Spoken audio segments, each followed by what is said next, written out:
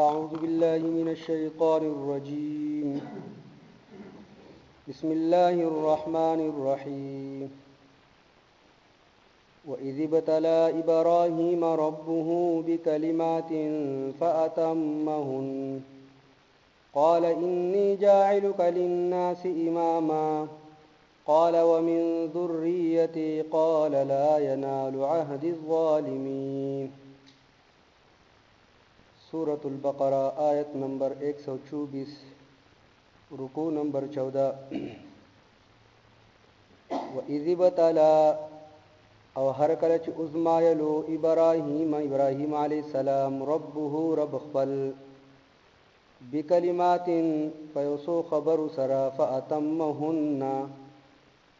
پس پورا کړی دا کلمې قال نووي الله انی جاعلک بشکا زو جوړوم تا للناس د خلق د پارا اماما پیشوا قال او ابراهيم عليه السلام ومن ذريتي او زما د اولاد نه هم قال او الله لا ينال نبه سليغي عهدي وعد زما الظالمين ظالمانو تا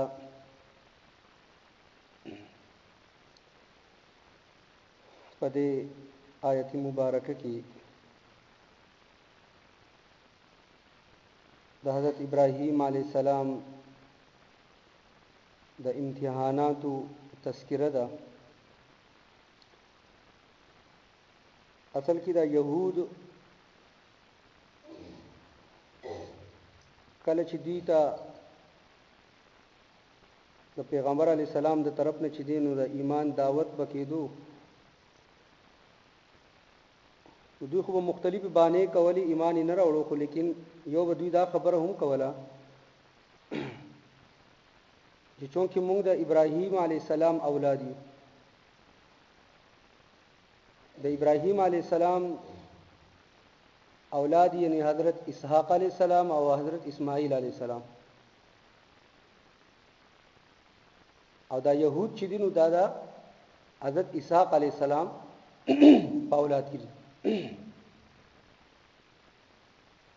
تاسو تفصیلی مخکې موږ تذکرہ کړی و د اسحاق علیه السلام په زمانو کې یو چې دینو حضرت یعقوب علیه السلام بیا ټول نسل چې دینو داغه نه خور شوی نو دی یلې ګوراو د روزانه سیول خو یو ګلاس وبل د ساتای صحیح ده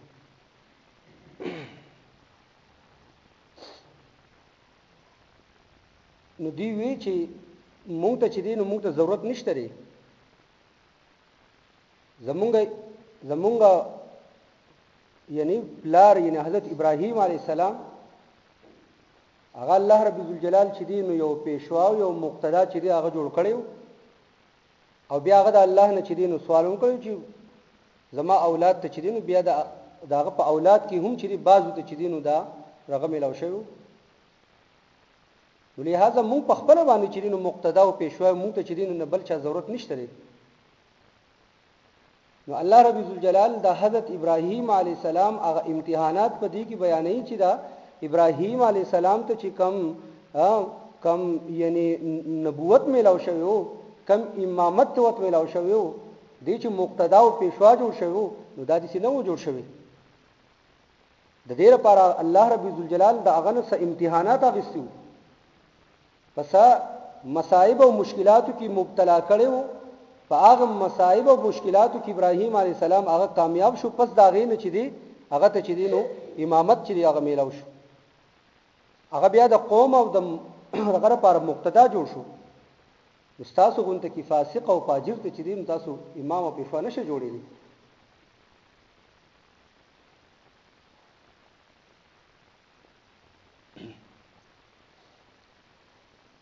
یعنی تاسو تورات ټوکړي کو په تورات کې تاسو تحریفات وکړه او سونه شرک او بدعات وکړه تاسو ته بچی نو امامت او رغم ملوي که تاسو د ابراهیم علی السلام خبره کوئ نو تاسو خداغه تاریخ وګورئ چې هغه باندې سونه امتحانات د الله طرف نه راغلي نو الله رب الجلال په دې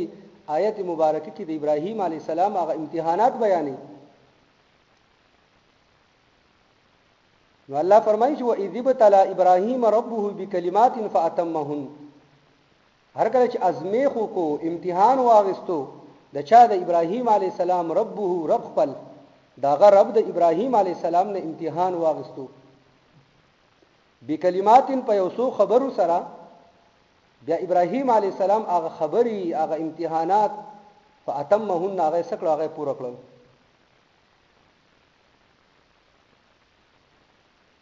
نو الله رب ذوالجلال د ابراهیم علی السلام نه هغه امتحانات هغه څه امتحاناتو لکه په دنیا کې هم چې سړی یو امتحان کې کامیاب شي نو پس دا هغه نه چری نو هغه ته چې انعام بیا ملوي د ابراهیم علی السلام څخه علمي امتحان نو بلکې هغه داغه د اخلاق داغه د اعمالو چې دغه امتحانو نو اول نمبر امتحان هغه سو چې د ټول قوم چې دغه بت پرسته وو بلکې قوم څه چې بلکې د کور خلک هغه هم چې دغه سو هغه بت پرسته وو او دغه خلاف چې دینو د جهاد شروع کړلو دغه رد شروع کړلو فلکور کې چې د اکثر چې دینو هغه څه شو خلاف شو لار د کور نه چې دا وکړ تر دې چې نمرود سره چې په مقابله شولو او نمرود چې دینو هغه بیا څه وکړلو هغه ورته ورواچولو بس دا اولنی امتحان دی د ابراهیم علی السلام باندې نو هغه نمرود ان شاء الله تفصیلی واقعیت ان شاء الله راځل ته بیا بیانو او شارټ کټ تاسو نو نمرود هغه ورته ورچی دا امتحان دی د الله د طرف نه خو لیکن هغه دې ته غاړه کې خودل الله په دې امتحان کې هغه کامیاب کړو ورته چې دې حکم کیږي قلنا یا نار کونی بردا وسلاما علی ابراهیم ای ورا نار کونی بردا وسلاما یخشا وسلامتیا ولشه مفسرین فرمایي چې کله الله رب ذوالجلال دا خطاب وکړو دی ورته نو په دنیا کې چې په کمزې کې هم ورو هغه یخ شورو ولې چې یا نار نو نار دا لفظ چې دینو دا عامو په دنیا کې چې په کم په هغه وخت کې څومره زګونه کې ورونه بلیدل هغه ټول یخ شو او الله رب ذوالجلال وسره د سلامن صفت هم راوړو چې ای ورته تو یخ هم شخو لیکن دومره مې یخېګا چې هغه څه هغه مکمل واور شي اسې چې د ما خلیل ته چې دې نقصان ونه شي سلامتیا والشه نه ډیر یخ شو نه ډیر چې دی هغه ګرم شه نو دا اولنی امتحانو الله رب ذوالجلال دی ابراهیم علی السلام لچې امامت او پیشوایی او مقتدا او نبوت ورکولو هغه نه مخکې چې دی الله رب ذوالجلال دا هغه امتحان اغستو نو د دې نوم دا معلومه شولا چې د الله پر نیکو بندګانو باندې که په دنیا کې سم مصائب او مشکلات راځي نو دې ته پریشان کېدل نه دي پکار دې ته پریشان کېدل نه دي پکار الله رب ذوالجلال د خپل د طرف نه چې هغه سم مرتبه ورکوي نو دا رتبه او مرتبه چې دینو دا ډېر قیمتي سیز دي نو دا غیر لپاره الله رب ذوالجلال د خپل بنده باندې لږ ازمیخ کوي لږ امتحان پیراولي چې زماره بنده په امتحان کې کامیابی وګڼه نو که بالفرض په موت باندې څه پریشانی څه مصیبت راځي نو موت چې دی د الله سره باغ خپل تعلق چې دی هغه قائم او دائم ساتو په هغه موجوده حالت باندې بچی موت سکو صبر وکړو د صبر لمن بچی هغه موت نه پریدو نو دا څه قسمه مصائب چې نو دا راځي دا د انسان د مرتبه او درغه لپاره په د باندې د فراخه راوستل لپاره چې دا قسم مصائب راځي ابراهیم علی السلام باندې دا اولنی امتحان بیا دویم امتحان چې خپل ابایی علاقه خپل ابایی وطن چې د انسان حالت پیدایش شوی حالت چې مال او جیداد او خپل رشتہ داران خپل علاقه ولا هغه پر خودل دا ډیر ګران کار دی او الله چې هغه ته حکم کوي چې لاړ شام طرف ته ابراهیم علی السلام خپل ابایی وطن چې هغه عراق دی عراق او شام طرف ته چې لاړ شه تم لاړ شه خپل بچی چین میدان سره بوزه او بیا چې د شام نه چې بیا وته حکم کیږي چې لاړ شه مخکې ځه جبرئیل امین ور سره دی او دوی روان دي مفسرین فرمایي چې کمزې کې به بهترین سرسبز او شاداب علاقې وراتلی ابراهیم علی السلام بچی دی جبرئیل امین ته چې دلته مونږ پړاو وچو نه مخکې ځه او داسي بیاب غیاه بیابان او زنګری علاقه چې هغه مکه و په هغه وختو کې چې نو بالکل صحرا و نه وبشته نه غیاشته نه ونشته اول ته چې حکم شو چې بس تاسو دلته پړاو واچوي نو دا چې دا بل امتحانو نه ونشته نه بوټشته نه وبشته اخر دلته بسکی او د دین بیا لوی امتحان دا چې الله وت حکم کوي چې په دې بیابان کې چې دی د خپل بیبي حضرت هاجره علیه السلام چې هغه هم دلته پریدا او د خپل بچی چې حضرت اسماعیل علیه السلام سره دا هم دلته پریدا ابراهیم علیه السلام چې دی هغه تی روانيږي بیبي وت आवाज کوي تل موږ اخر چاته پریدي دا قرباني وا دا د الله د حکم تابعداري وا موږ هم د الله د حکم تابعداري کو موږ هم قرباني کو براینام اسلام دی براینام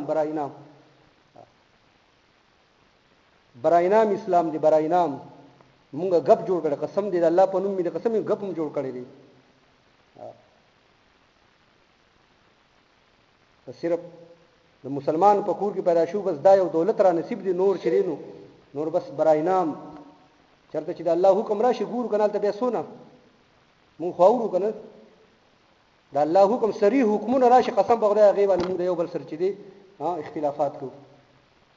دا غیب باندې چې موږ د یو بل سره دشمنان جوړیږو براینام اسلام نو ابراهیم علی السلام باندې دغه امتحان چې خپل بیبي هم دلته پرېدا خپل بچي هم دلته پرېدا او ځا بیبي ته आवाज کوي اخر دلته موږ چاته پرېدې موږ بس کوو دلته وبنشته دي نور څه نور د خوراک څه نشته اخر بیا غم بیبي وکنه تاسو کوي چې تا د آیا الله د طرف نه تاسو حکم دی ابراهیم علی السلام او ماته د الله هغه دې بس ټیک دا چې الله طرف نه حکم دی نو بس هغه الله به موږ دلته بیا ساتي ابراهیم علی السلام واپس چې هغه شام ته راځي بیبي چې دلته وسلته معشوم چې هغه جاری کله صفا طرف ته ځي او کله مروه طرف ته راځي کله صفا ته ځي او کله مروه ته ځي معشوم د پاره چې دې سه تنظیم وشي و چکرې چې هغه ولګېدلې نن هم چې دینو په صفا او مروه کې چې دي حجیان چې دینو دا دې ته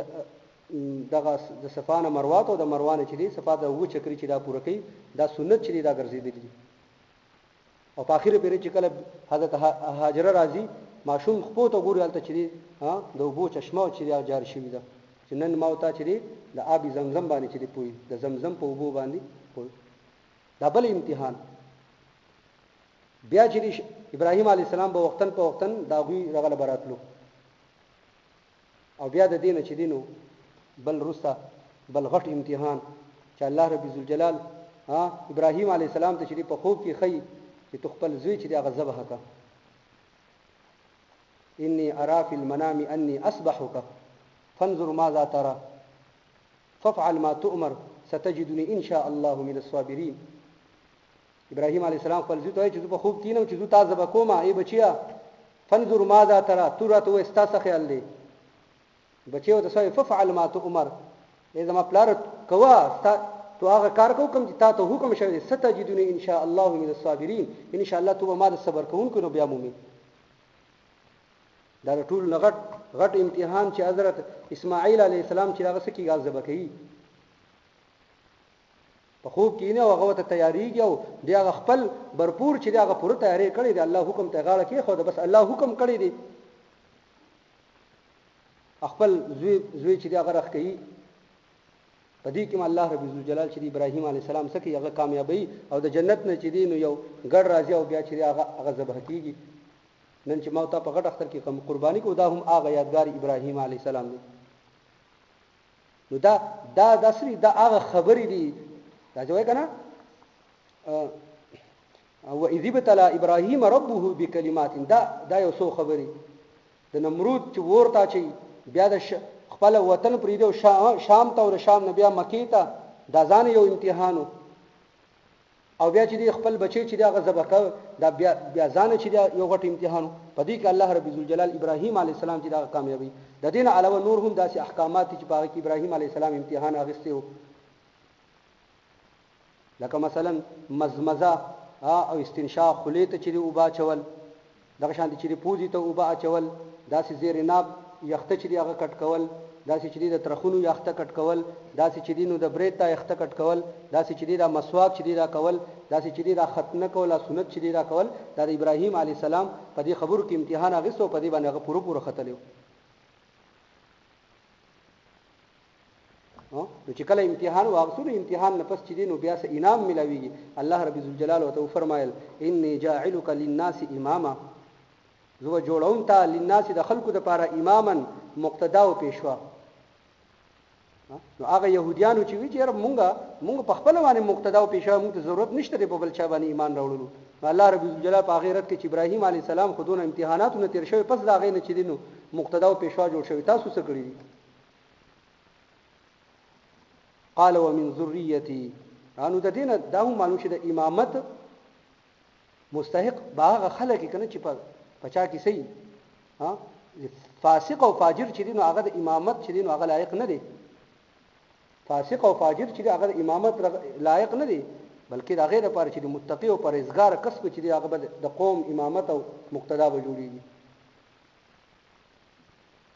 نن اگر که فاسق او فاجر چې دی جوړیږي خو لیکن د قران د اصول مطابق چې فاسق او فاجر چې هغه د امامت مستحق نه دي. یو امامت صغرا یو امامت کبرا وي. امامت صغرا لکه اوس مثلا استاد ولته په جمعات امامت کوم دی امامت صغرا وي. یو امامت کبرا د ټول ملک چې دینو یو مقتدا یو پیشوا چې د ټول ملک نظام چې هغه چلی هغه فاسق او فاجر بنه جوړیږي. اس کا په مزید روشنیا چون جو مولوی صرف سیاسی خبرې کوي. مولوی صرف څه کوي سیاسی مولا خو دې سیاست چې هغه د دین نو کاغل نه دی. دین قرآن داته ماته وایي نه قال اني جاعلك للناس اماما الله چې ابراهيم عليه السلام ته زبتا مقتدا او پیشوا جوړوم بس په